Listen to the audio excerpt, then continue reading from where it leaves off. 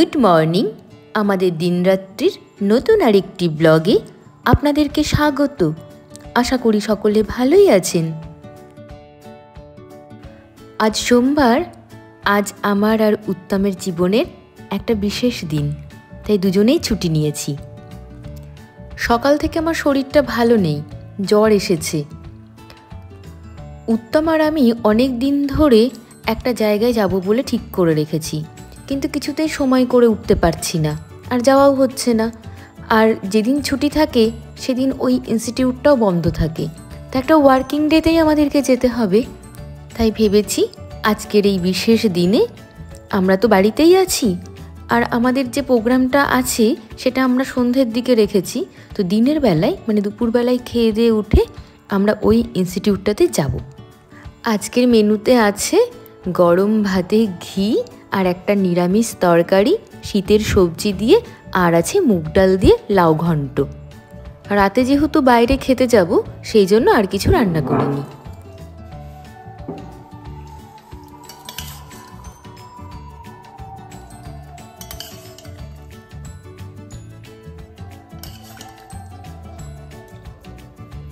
ভাতটা না শক্ত আছে, তোমার খেলে কষ্ট হবে।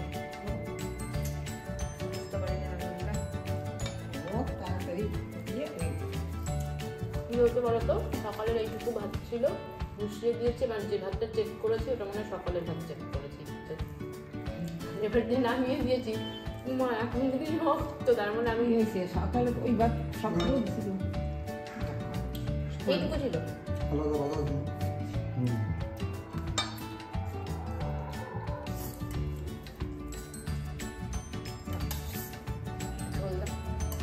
ফুলকপি দিতে হবে।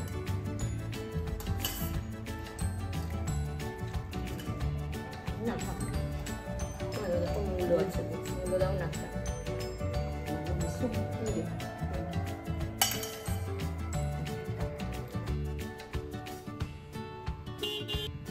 ওই দেখুন উত্তম হর্ন মারতে শুরু করেছে। আসলে আজকে রান্নার সময় না আমি বুঝতে পারিনি ভাতের ব্যাপারটা। আগের দিন ভাতটা একটু নরম হয়ে গেছিলো, সেটাও একটা ভাবছিলাম যে একটু আগে নামিয়ে দেবো, নতুন চাল তো দুদিন একটু সময় লাগবে। যাই হোক, আমরা বেরিয়ে গেছি ওই ইনস্টিটিউটের উদ্দেশ্যে। ওটা না আমাদের বাড়ি থেকে যে প্রচুর দূরে তা নয়, কিন্তু একটু গ্রামের ভেতরে, একটু অড জায়গায়। আপনি যদি এমনি যানবাহনে করে যেতে চান আপনাকে 2-3 বার বেশ যানবাহন চেঞ্জ করতে হবে। মানে আমাদের বাড়ি থেকে ট্রেন নিতে হবে, ট্রেনে করে কৃষ্ণনগর নেমে সেখান থেকে আপনাকে টোটো করে বাস স্ট্যান্ড যেতে হবে, সেখান থেকে আপনাকে বাসে করে নামতে হবে দইয়ের বাজার অথবা গলাই দড়ি নামে একটি স্টপেজ আছে সেখান থেকে আবার আপনাকে টোটো বা অটো নিয়ে যেতে হবে ওই ইনস্টিটিউটে। একটু কেটে কেটে যেতে হয়, কিন্তু ইনস্টিটিউটটা না ভীষণ সুন্দর গ্রামের পরিবেশের ভেতরে। যাই হোক, আমরা দইয়ের বাজার পৌঁছে গেছি, আর দইয়ের বাজারে দেখুন রাসের জন্য একটা প্রসেশন বেরিয়েছে। একটু জ্যামে পড়ে গেছিলাম। যাই হোক, আমরা এখন ইনস্টিটিউটের একদম কাছে চলে এসেছি। এই মাঠটা পেরোলেই আমরা পৌঁছে যাব। পৌঁছে গেছি, এই দেখুন অনেকটা জায়গা নিয়ে, আর চারপাশে যত জায়গা দেখা যায় সবটাই এনাদের। এটা একটা প্রাইভেট ইনস্টিটিউশন। এই ইনস্টিটিউশনের সাথে আমি 2018 সালে যুক্ত ছিলাম, তো আমার কিছু কাজকর্ম আছে সেখানে, সেই জন্যই এসেছি।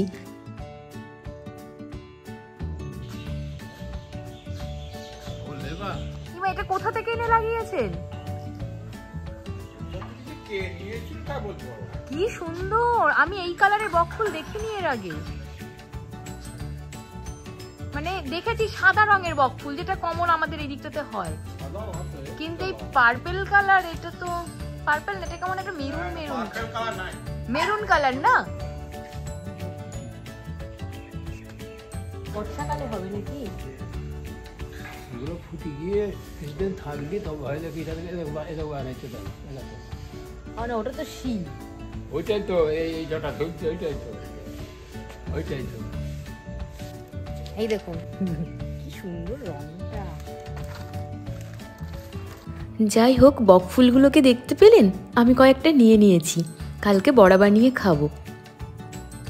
এখানে একটা নতুন প্রজেক্ট শুরু হয়েছে, ফার্মাসিস্ট পড়ানোর একটা ব্যবস্থা করেছেন এখানকার যিনি কর্ণধার রয়েছেন। তো সেই নতুন কলেজের যে স্ট্রাকচার বা যে সমস্ত ল্যাবগুলো রয়েছে সেগুলোই উনি আমাকে ঘুরিয়ে ঘুরিয়ে দেখাচ্ছেন। অনেকটা বড় এরিয়া নিয়ে ওনারা কিন্তু এই প্রজেক্টটা রেডি করেছেন, প্রায় কমপ্লিটের দিকে। তো আমি দেখছিলাম ল্যাবগুলো, প্রচুর মাইক্রোস্কোপ রয়েছে, আমি তো এত কিছু বুঝি না।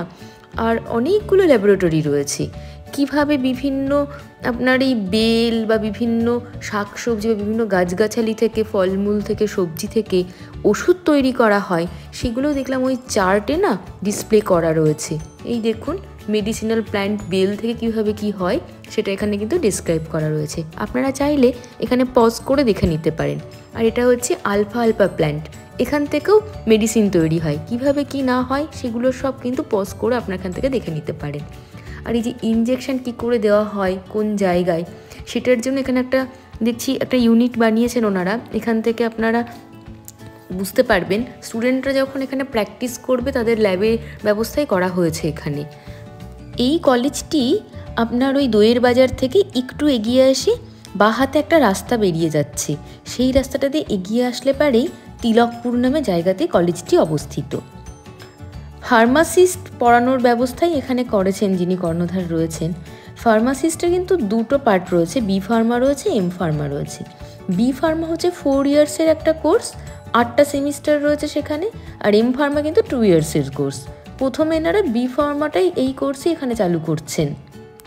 এই ফার্মাসিস্ট পড়তে গেলে সায়েন্স ব্যাকগ্রাউন্ডের হতে হয়, কেমিস্ট্রি হচ্ছে মেন সাবজেক্ট থাকে, আর তাছাড়াও ফিজিক্স, গণিত মানে ম্যাথ এগুলো তো লাগেই। ফার্মাসিস্ট পড়ার জন্য 12 পাস করেই আপনি পড়তে পারেন, কিন্তু কিছু কিছু কলেজ কনসিডার করে থাকে এরকম ছাত্রদের যারা নিট ক্র্যাক করেছে বা নিটে বসেছে, MHT, CET, CUET, AP EAMCET, TS EAMCET, JEE Main and KEAM, এই সমস্ত যারা পড়াশোনা করে এসেছে বা পরীক্ষা দিয়ে এসেছে সেই সমস্ত ছাত্রদেরকেও কিন্তু এরা কনসিডার করে থাকে। ফার্মাসিস্ট কমপ্লিট করার পরে আপনি আপনার ক্লিনিক্যাল ফার্মাসিস্ট হিসেবে আপনি প্র্যাকটিস করতে পারেন। আপনি নিজে ক্লিনিক খুলে একটা মানে যেটাকে আমরা বলি ওষুধের দোকান বা ডিসপেন্সারি, সেটা আপনি ওপেন করতে পারেন। এছাড়াও তো আরও অনেক বৃহত্তম ক্ষেত্রে আপনার সুযোগ রয়েছে। রিসার্চ সায়েন্টিস্ট আপনি হতে পারেন, তাছাড়াও কোয়ালিটি কন্ট্রোল অ্যানালিটিস্ট হতে পারেন, মেডিকেল রিপ্রেজেন্টেটিভ, এটা তো অনেকেই হতেই পারে। ফার্মাসিস্ট পড়ার মধ্যে তো অনেকগুলো পার্ট রয়েছে, আপনার যেরকম থিওরি পেপার রয়েছে সেরকম রয়েছে ল্যাব ওয়ার্ক, তার সাথে আপনার ইন্টার্নশিপও করতে হয়, আবার ইন্ডাস্ট্রি ভিজিটও করতে হয়। এখানে যে বিষয়গুলো আপনাকে মেন গুরুত্ব দেওয়া হয় সেগুলোর মধ্যে রয়েছে ফার্মাসিউটিক্স chemistry, pharmacognosy and biochemistry, ফার্মাসিউটিক্স, pharmacology. এখন তো ছাত্রছাত্রীদের মধ্যে ফার্মাসিস্ট পড়ার একটা ঝোঁক দেখা যায়, প্রবণতা রয়েছে। তো নদিয়া জেলাতে কোথায় ফার্মাসিস্ট পড়ানো হয় বা সেরকম কলেজ কোথায় আছে আমার জানা নেই, বা ওয়েস্ট বেঙ্গলেও যে প্রচুর কলেজ আছে সেটাও আমার জানা নেই। তবে এই কলেজটি কিন্তু নতুন গড়ে উঠেছে, ভীষণ ভালো এদের স্ট্রাকচার আমি দেখে আসলাম। আপনারা যারা পড়াশোনা করতে চান বা এরকম কোর্সের সাথে যুক্ত হতে চান বা আপনাদের ছেলে মেয়েদেরকে পড়াতে চান, আপনারা এই কলেজটার সাথে যোগাযোগ করতে পারেন। যাই হোক, ওখান থেকে আমরা অনেকক্ষণ বেরিয়ে এসেছি একটা চায়ের দোকানে। ওই মেন রাস্তাতে উঠেই না ডান হাতে যখন আমরা কৃষ্ণনগরের দিকে মুখ করে এগোচ্ছি, কিছুটা এগিয়ে এসে যেখানটাতে আপনার ওই বনটা মানে যে ফরেস্টটা রয়েছে সেটা শেষ হচ্ছে, সেইখানে চায়ের দোকানটা রয়েছে, মানে সীমানগর চাপড়া রোড যেটা রয়েছে সেই রোডে আর কি। চায়ের দোকানটা ভীষণ পপুলার। কি বললেন নামটা ওনাদের? বললেন যে হ্যাঁ, চা বাদশা। তো চা খেয়ে দেখলাম ভীষণ ভালো। আর কতটা করে চা বানায় দেখলেন, সারা রাত নাকি দোকানটা খোলা থাকে, আর 3টে শিফটিংয়ে ওরা নাকি ডিউটি করে পার্টভাবে। যাই হোক, ওখান থেকে আমরা চা খেয়ে বেরিয়ে এসেছি। বেশ কিছুক্ষণ হলো দইয়ের বাজারের মুখেই আটকে আছি।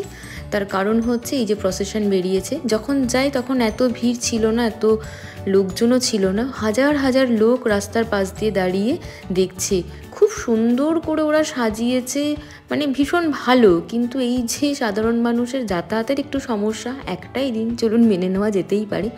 আসলে নদিয়ার শান্তিপুর, নবদ্বীপ এই জায়গাগুলোর রাস তো বিখ্যাত, তো তার প্রভাবে নদিয়ার আর সমস্ত জায়গাতেও এরকম রাসোৎসব হয়ে থাকে। তো এইখানকারই দেখলাম রাসের একটা বেশ ভালো প্রভাব রয়েছে, তো সেই রাসের প্রসেশনই বেরিয়েছে। যাই হোক, আমরা বাড়ি পৌঁছে গেছি। আর আপনাদেরকে সকালেই বলেছিলাম যে আমাদের সন্ধ্যাবেলায় একটা গেট টুগেদারের ব্যাপার আছে, সবাই মিলে একসাথে খেতে যাব। এবার আপনাদেরকে বলি আজকের বিশেষ দিনটি কি। আজকে হচ্ছে আমাদের বিবাহবার্ষিকী। প্রত্যেক বছর আমরা অনেক বেশ বড় করেই সেলিব্রেট করি, কিন্তু এবছর আমার শরীর ভীষণ খারাপ, আর মন মানসিকতাও যে খুব ভালো আছে তা নয়। আরিয়ান চলে গেছে, তো বাবানকে ফোন করেছি, যে বলেছি তুমি আজকে থেকে হস্টেলে না থেকে আজকে কলেজ করে বাড়ি ফিরে এসো, মঙ্গলবার থেকে তুমি থেকো। তো বাবানও ফিরে এসেছে, তো আমরা সবাই একসাথে চলে এসেছি। আমরা এসেছি সোনারতরীতে। সোনারতরী হচ্ছে আমাদের বাতকুল্লা থেকে যে রাস্তাটা শান্তিপুরের দিকে গেছে বা বাথানগাছির ভেতর দিয়ে মানে জাতীয় সড়ক 12 নম্বরে উঠেছে, সেই রাস্তা ধরে শান্তিপুরের দিকে মুখ করে কিছুটা এগিয়ে গেলেই ডান হাতে পড়ে এই সোনারতরী। এই রেস্টুরেন্টটা আমরা এর আগে বেশ কয়েকবার এসেছি। প্রত্যেক বছর দুর্গাপুজোতে আমরা একবার করে আসি, কিন্তু এবছর আর আসা হয়ে ওঠেনি। তো আজকে আমরা এসেছি। ভীষণ সুন্দর, মানে এদের থিমটা না পুরো জঙ্গল থিম, এত ভালো লাগবে। ভীষণ সুন্দর এদের এই ডেকোরেশনটা। চলে এসেছি ভেতরে। এবার ভেতরটা আপনারা একটু দেখুন, অপূর্ব।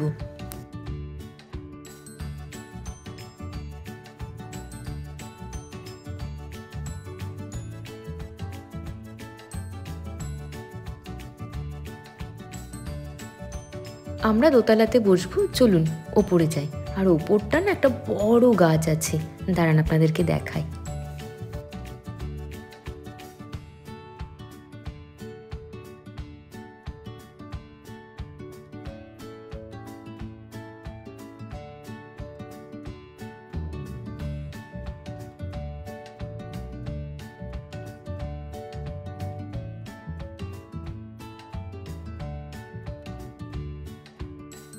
প্রচুর আলো আর এত সুন্দর এখানকার এই পরিবেশটা, ভীষণ ভালো লাগে।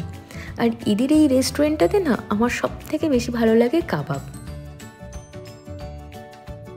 আমরা 1 প্লেট কাবাব তো অর্ডার করবই, 1 প্লেট ফুল তন্দুরি কাবাব অর্ডার করে দিয়েছি।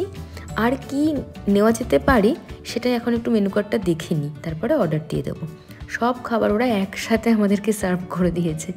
জানি না ঠান্ডা হয়ে যাবে কি না, খেতে খেতে তো ঠান্ডা হয়েই যাবে। তো ওনারা বললেন অসুবিধা নেই, যদি প্রবলেম হয় ওনারা আবার গরম করে দেবেন।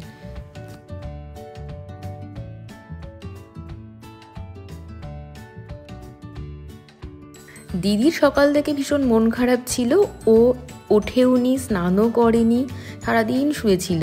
তো আমি যখন ওকে, ও জানেও না যে আরিয়ান আজকে আসবে। তারপরে আমি যখন ওই দইয়ের বাজারের কাজকর্ম সেরে বাড়ি ফিরছিলাম, তখন ওকে ফোনে জানাই যে কি করছিস, ওঠ একসাথে যাবো, এরকম ব্যাপার।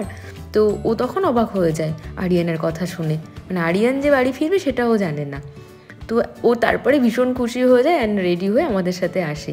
যাই হোক, আমাদের খাওয়া দাওয়া এখানে শেষ। অসম্ভব একটা ভালো সময় কাটলো, আর বাবান এসেছে, এটা আরও ভালো লাগলো। রেস্টুরেন্টটা ভীষণ ভালো, আপনারা যারা এখানকার ধারে কাছে থাকেন একবার ভিজিট করতে পারেন, এখনও যারা ভিজিট করেননি। আজকের ব্লগটি যদি ভালো লেগে থাকে তাহলে প্লিজ প্লিজ প্লিজ একটা লাইক, কমেন্ট আর শেয়ার করে দেবেন। আর যারা এখনও আমার চ্যানেলটি সাবস্ক্রাইব করেননি তারা প্লিজ প্লিজ প্লিজ সাবস্ক্রাইব করে দেবেন। আজ আসি, দেখা হচ্ছে পরের আরেকটি নতুন ব্লগে। অনেকটা রাত হয়ে গেছে, এখন বেজে গেছে 11:30। কালকেও বেশ কিছু প্ল্যান আছে। যাই হোক, আজ আসি তাহলে।